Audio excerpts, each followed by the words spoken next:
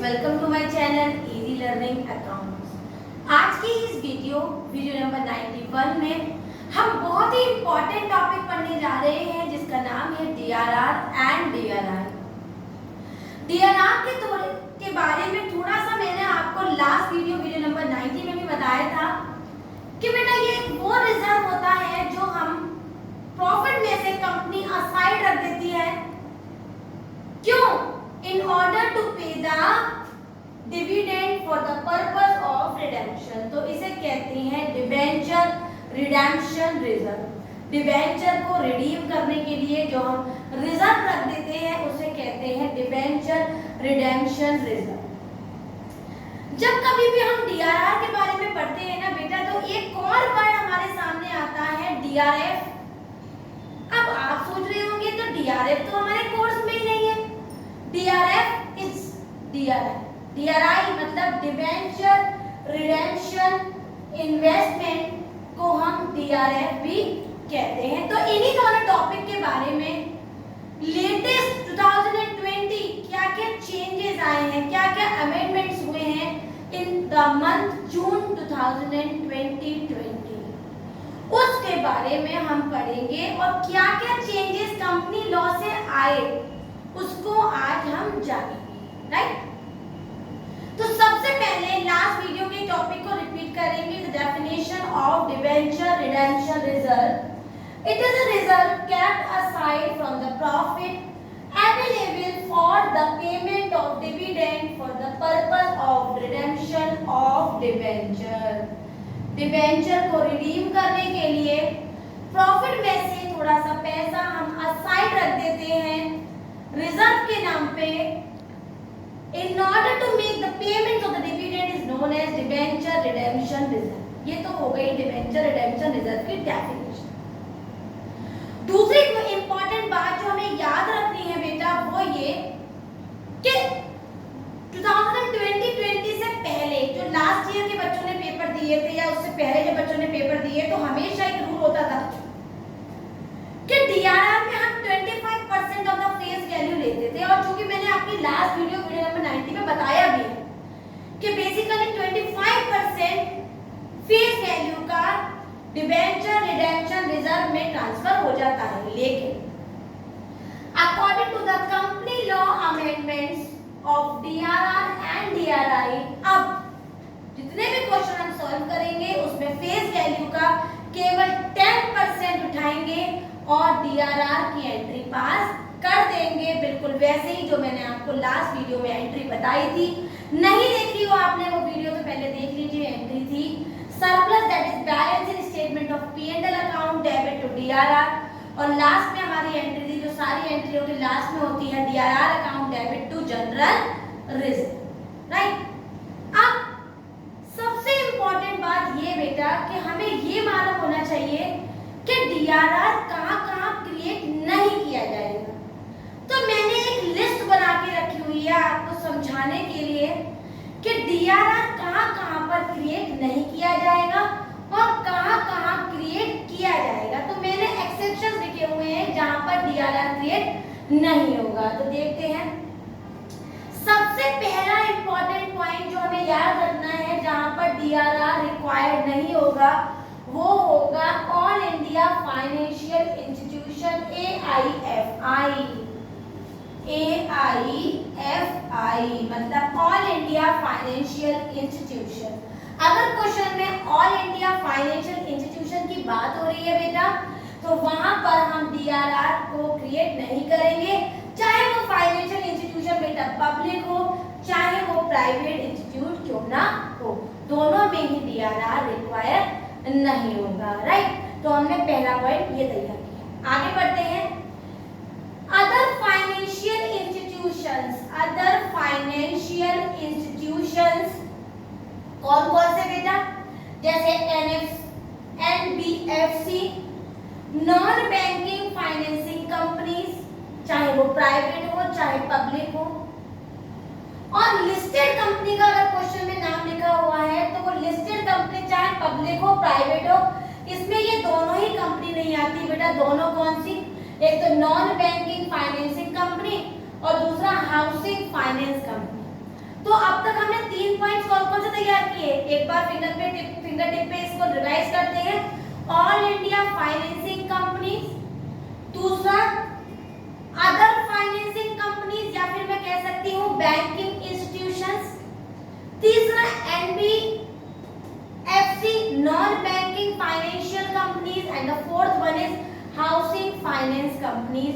चाहे ये प्राइवेट हो बेटा, चाहे पब्लिक क्यों ना हो, ये हमारे और लिस्टेड हो चाहे अनलिस्टेड हो, ये यहाँ पर डीआरआर रिक्वायर नहीं होगा। अब डीआरआर कहाँ रिक्वायर होगा, देखिए other unlisted companies other then NBFC and HFC housing finance company और नॉन बैंकिंग फाइनेंसिंग कंपनीज को छोड़ के जितनी भी अनलिस्टेड कंपनीज है वहां पर डीआरआर क्रिएट होगा। कितना, 10% ऑफ द आउटस्टैंडिंग डिवेंचर, मतलब 10% of the face value, right. पहले क्या था बेटा, 25% इसकी वैल्यू थी। जो अमेंडमेंट कंपनी लॉ ने किया जून 2020 में बेटा 25% की वैल्यू को घटा के उन्होंने 10% कर दिया। तो ये हमारा बहुत इंपॉर्टेंट टॉपिक था जो हमें जरूरी है, क्योंकि हम पिछले पॉइंट्स को फॉलो करेंगे, लास्ट ईयर के पॉइंट्स को फॉलो करेंगे तो हमारा एक भी आंसर करेक्ट नहीं आएगा।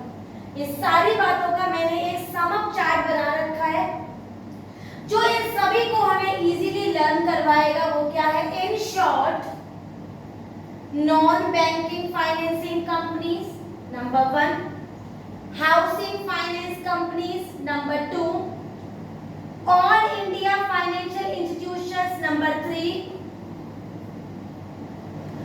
and other financing institutions like banking companies. 4, whether they are private, whether they are public, whether they are listed, whether they are unlisted, never require DRR. और जहां रिक्वायर है वो क्या है, unlisted companies other then NBFC and housing financing companies. कितना बेटा, 10% of the outstanding debenture. अब कभी भी किसी भी क्वेश्चन में फेस वैल्यू का 25% नहीं लेंगे। अमेंडमेंट कंपनी लॉ ने कर दिया है और वो चेंज हो गया है घट के 10%, राइट। और अगर क्वेश्चन कह रहा है out of only profit, only out of profit कह रहा है तो 100% ऑफ द आउटस्टैंडिंग डिवेंचर। अगर क्वेश्चन कह रहा है कि only out of profit, highlight कर रहा है इस बात को, तो that means we have to take 100% of the outstanding debenture. ये बात आपको तभी समझ में आएगी जब इसके बेस हम क्वेश्चंस करेंगे। आज आपको ये बात याद करने की कोई जरूरत नहीं है, आपने बस ये बात याद रखनी है कि डीआरआर क्या होता है, 10% क्रिएट होता है फेस वैल्यू का, और 4 चीजों पे कभी भी ये लागू नहीं होता है, all India financial institutions, banking institutions and non banking financial companies and housing finance companies whether listed, unlisted, private और पब्लिक, राइट। अब पढ़ेंगे हमारे amendments of debenture redemption investment. तो देखते हैं हमारा नेक्स्ट टॉपिक है डिबेंचर रिडेम्पशन इन्वेस्टमेंट। इसको हम डिबेंचर रिडेम्पशन फंड भी कह सकते हैं, मतलब डीआरएफ, ठीक है। लास्ट जो हमारे अमेंडमेंट से पहले का बेटा इसका जो रूल था वो था 18(7)(c), लेकिन यहाँ पर भी अमेंडमेंट हुए, चेंजेस हुए इन द कंपनी लॉ 2020, और उसमें क्या हुआ, ये रूल भी हमारे डीआरआर के रूल के अंदर ही फॉलो हो गया, सेक्शन 71(4) और रूल 18(7)(b। तो 18(7)(b) रूल डीआरआर के लिए भी है और डीआरआई के लिए भी सेम रूल है, राइट। दूसरी बात क्या है कि पहले हमें ये मालूम होना चाहिए कि डिबेंचर रिडेम्पशन इन्वेस्टमेंट है क्या। तो according to the rule 18(7)(b) of company act, amendment prescribed that, ये प्रिस्क्राइब करता है कि a company can invest an amount not less than 15% of the face value of the debentures to be redeemed by 31 March of the next year in specified securities on or before 30 April of the current year। मतलब अगर मेरे share 31 debentures 31 March of the next year redeem होने जा रहे हैं, तो मैं 1 अप्रैल से लेकर मैक्सिमम 30 अप्रैल तक इन्वेस्टमेंट कर सकती हूँ according to the rule 17B investment of rule of DRI।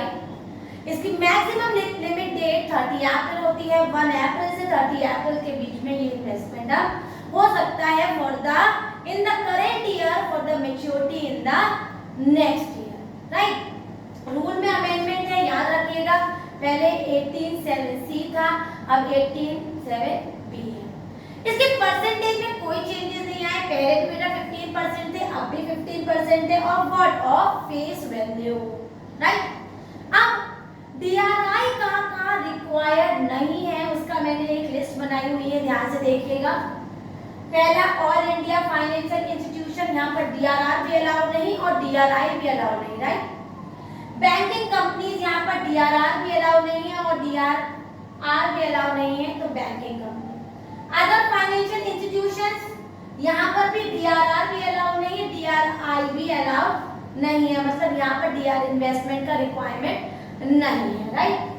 अब जो फोर्थ में हम अलग से पढ़ने जा रहे हैं वो क्या है, unlisted companies other than all India financial institutions and banking companies. इन दोनों को छोड़ के जितनी भी अनलिस्टेड कंपनीज है ना बेटा, वहां पर भी इसका कोई रिक्वायरमेंट नहीं है। तो हमने 4 इसके नॉट रिक्वायर्ड पॉइंट पढ़े। पहला all India financial institution, banking companies, other financial institution and the fourth one in unlisted companies. अब हमें ये तो मालूम होना चाहिए कि ये DRI रिक्वायर्ड कहां पर है, तो देख लीजिए, all the listed companies other than all India financial institutions and banking companies. All India financial institution और बैंकिंग कंपनीज को छोड़ के जितनी भी लिस्टेड कंपनीज हैं, चाहे वो non NBF non banking financial institutions क्यों ना हो, या फिर HBC हाउसिंग बैंक